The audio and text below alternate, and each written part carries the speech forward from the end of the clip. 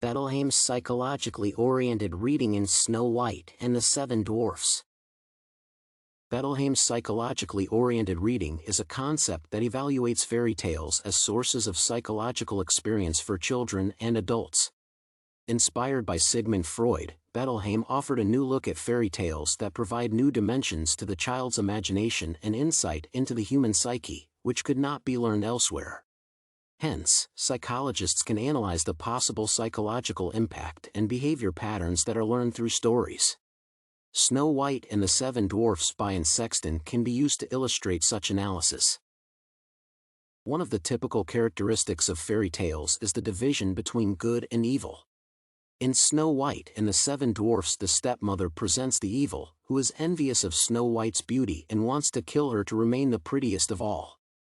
On the contrary, Snow White is a young girl and the main hero, whom children can associate themselves with.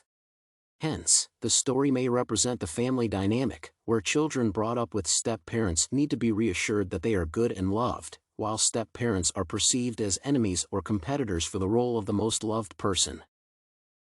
In addition, the fairy tale provides an insight into how deceiving the world could be and that one must always be ready that a stranger may have evil intentions. However, Snow White remains passive about her life and the dwarfs also do not take action to protect her from the danger that they are aware of.